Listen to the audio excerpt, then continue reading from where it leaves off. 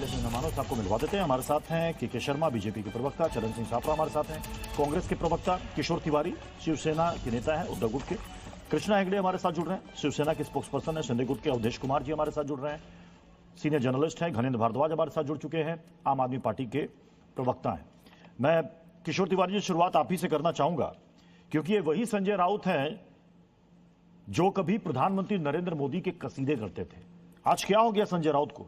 आज उन्हीं प्रधानमंत्री नरेंद्र मोदी में उनको औरंगजेब नजर आ रहा है।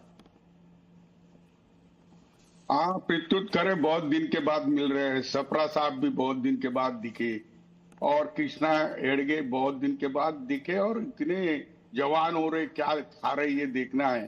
खैर भारद्वाज तो छाए हुए रहते हो, लेकिन ताल ठोक के तुमने फिर से उसी ऊंचाई पे ले आए, इसलिए तुम्हारा अभिनंदन।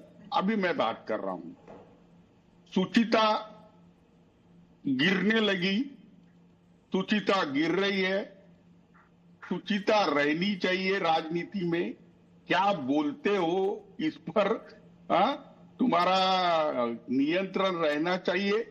लेकिन सप्रा साहब भी कबूल करेंगे और कृष्णा भी कबूल करेंगे। संजय राउत कभी कभी बहुत तीखा बोलते हैं। संजय राउत के तीखा बोलने से मैंने वो सुशांत सिंह के वक्त भी बहुत प्रताड़ना सही और बहुत शाम को आके लोगों को खुलासा करता था। लेकिन संजय राउत कभी कभी उनको बोलना कुछ रहता, उनको बोलना है कि राजनीति के सारे प्रिंसिपल मोदी जी ने खो दिए हैं। मोदी जी इतने अब वो क्रूर यानी शूड बोलना चाहते होंगे राजनीति के, क्योंकि टीएमसी पार्टी तोड़ डाली। अब हमारे पार्टी के भी 7 सांसदों को वो ऑफर कर रहे, केवल कांग्रेस पार्टी छोड़ के विपक्ष को पूरा पूरा कमजोर कर दिया। अब ऐसे में क्या होता है कि आपके पास पूर्ण बहुमत है, राज्यसभा में भी आ गया, लोकसभा में भी आ गया, अब आप काहे को तोड़ रहे। लेकिन मैं एक बात बोलता हूं कि कितनी भी गाली दो, तीसरी बार तो मोदी जी चुन के आ गए और मोदी जी को लोग पसंद करते, ये बात क्योंकि तुम्हारे गालियां देने से मोदी। किशोर तिवारी जी देखिए, आप ये इस बात को मैं बड़ा कायल हूं, आप जो भी बोलते हैं बड़ी बहुत ही साबगोई से कहते हैं। आपने जितनी बातें यहां पर कही, ये बातें आप संजय राउत को क्यों नहीं समझाते कि ऐसे शब्दों का इस्तेमाल क्यों करते हो? अरे देखो, पार्टी में 5 ही लोग रह गए। हाँ। पार्टी में 5 लोग रह गए और ये आदमी ने जैसे ही एकनाथ शिंदे छोड़ के गए तो आएंगे तो बोले उनको मार डालेंगे। अब मुझे बताइए, और इन्होंने कहा कि गंदगी चले गई। अरे जो लोग नाराज हुए वो लोग लौट के आ सकते थे।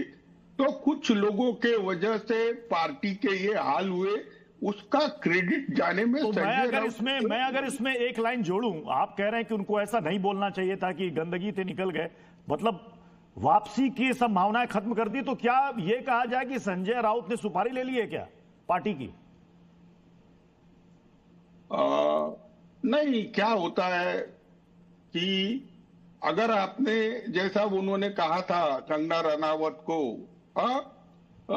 तो उसके बाद उन्हें बहुत बार खुलासा करना पड़ा। अब प्राइम मिनिस्टर को आप बोलोगे तो प्राइम मिनिस्टर ने भी अपनी भाषा और अपने बर्ताव की मर्यादा रखनी चाहिए। प्राइम मिनिस्टर जो है हमारे महामहिम मोदी जी, इनका बर्ताव पार्टी के अंदर और सरकार में एक तानाशाही रवैया है, ये बात तो फाइनल है। जो क्योंकि मैं पहले बीजेपी में रह के आया हूं, तो मुझे सब बीजेपी के मेरे साथी बोलते हैं कि किसी भी कैबिनेट में खड़े रह के बोलने का स्वतंत्र नहीं है। लेकिन विपक्ष की गालियां देने से, जैसे राहुल गांधी को गालियां देते बीजेपी वाले, तो राहुल गांधी ये नेशनल पर्याय बन गए।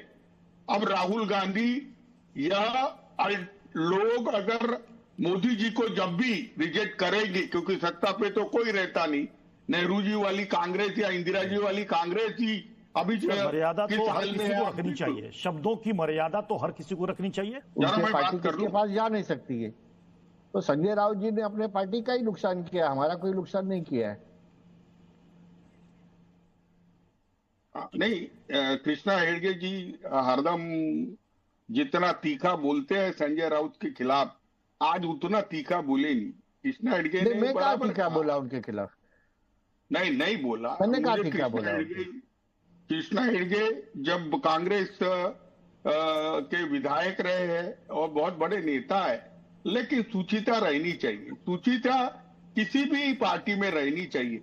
लेकिन प्रत्युत मैं तुम्हें बताता हूं, मोदी जी के स्टेटमेंट और कांग्रेस अपने बीजेपी के कई नेताओं के स्टेटमेंट भी अरे बहुत कड़वे होते, बहुत कड़वे होते। उन्होंने जवाब नहीं बोला कि ये उनसे सहमत नहीं है, उनको ऐसा नहीं बोलना चाहिए था।